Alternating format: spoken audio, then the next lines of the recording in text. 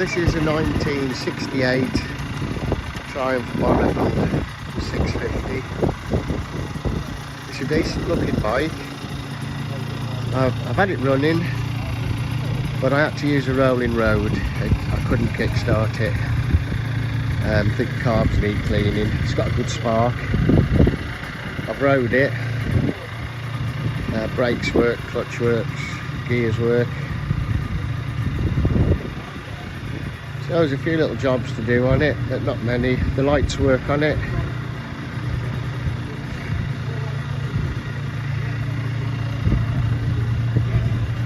It's got 15,000 miles on the clock. I suppose it's a little bit of a project to get it roadworthy. And the handlebars need changing. They weren't very nice.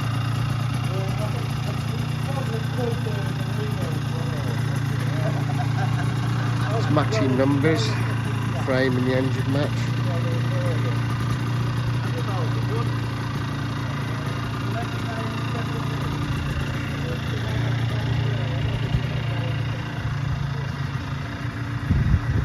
Check it out on eBay.